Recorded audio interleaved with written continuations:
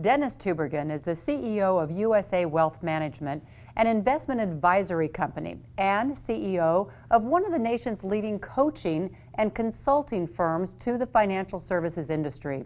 He is also the CEO of USA Advanced Planners, a FINRA registered broker-dealer. And he is author and publisher of one of the financial industry's leading newsletters for financial professionals, distributed to over 5,000 financial professionals monthly. And as a nationally recognized leader in the financial industry, Dennis is a frequent keynote speaker at financial industry events. He is also the co-founder of the Advanced Planning Legal Network, a national network of estate planning attorneys specializing in helping affluent clients protect their estates from divorce and other creditor attacks. And finally, he is the developer of a patent-pending strategy that can create donations for charity. There are so many things to get into, but before we do all that, it's great to be with you. I'd like to know a little bit about your background and how you came to be a financial advisor and ultimately an advisor to other advisors. Sure. Well, it started out in 1982 when I got my initial license to work in the financial industry. Since that time, I've acquired 6 additional licenses in the areas of insurance, securities, and qualified plan administration. For our listeners that maybe don't know what qualified plan administration is, it's basically pension administration. So I have a varied and fairly diverse financial background. It's helped me a lot working with clients over the years, helping them develop financial strategies for their individual situations. And I really became a financial advisor, and it's been kind of an evolutionary process because I noticed that traditional ways of solving problems don't necessarily work very well.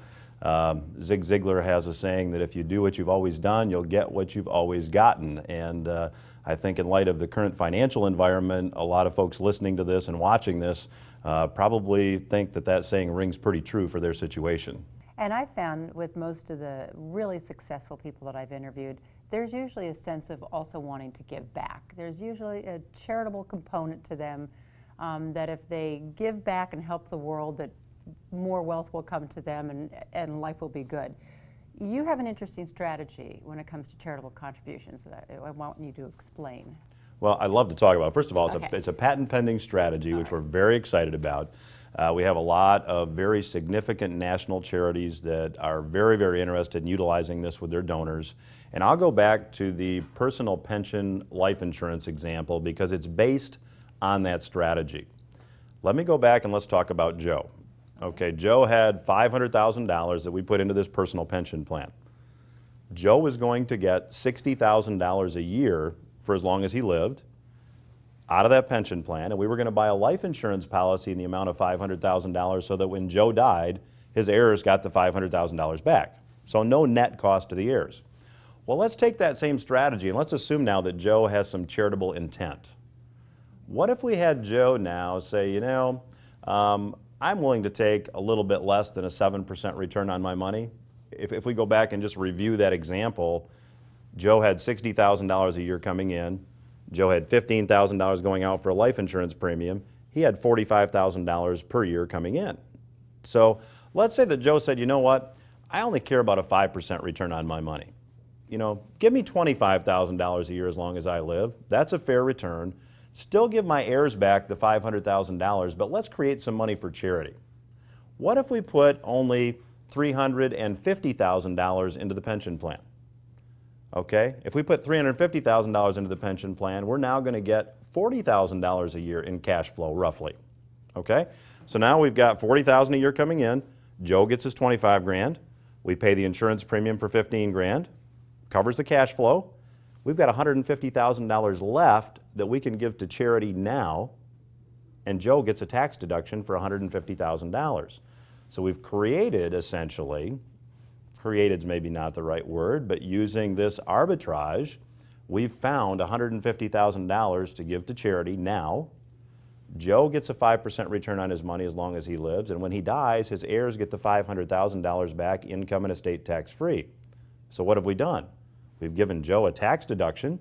If he's in a 40% tax bracket, we've saved Joe an additional $60,000 in taxes.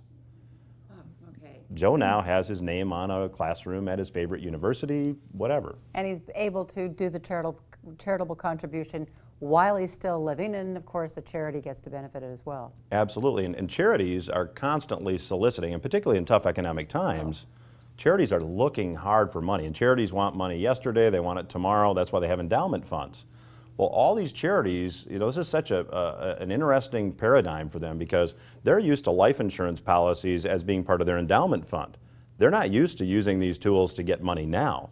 So it's just a fresh perspective for them, and it's really allowing us to potentially raise a lot of money for some really great charities. And I would imagine that in bad economic times, one of the first places people are going to cut is in charitable contributions. It's not a necessary expenditure. Absolutely. There's been study after study done, and I'd be preaching to the choir, to use the old analogy, if there's someone watching this from a development department, but they know the giving rate correlates very closely with what's going on in the financial markets. And if you have wealth that is evaporated, or that you don't want to liquidate, if it's a paper loss, you're not likely to donate stock. When it's just taken a 30 or 40% hit, you're likely to sit on it, let it come back, and when you feel a little wealthier, you're more likely to feel more charitably inclined. So it's really a great development for a lot of charities. Well, I hope that this encourages them to get that financial plan in place, and that our discussion makes it a little bit easier for them. Thank you very much. Thank you, Joan.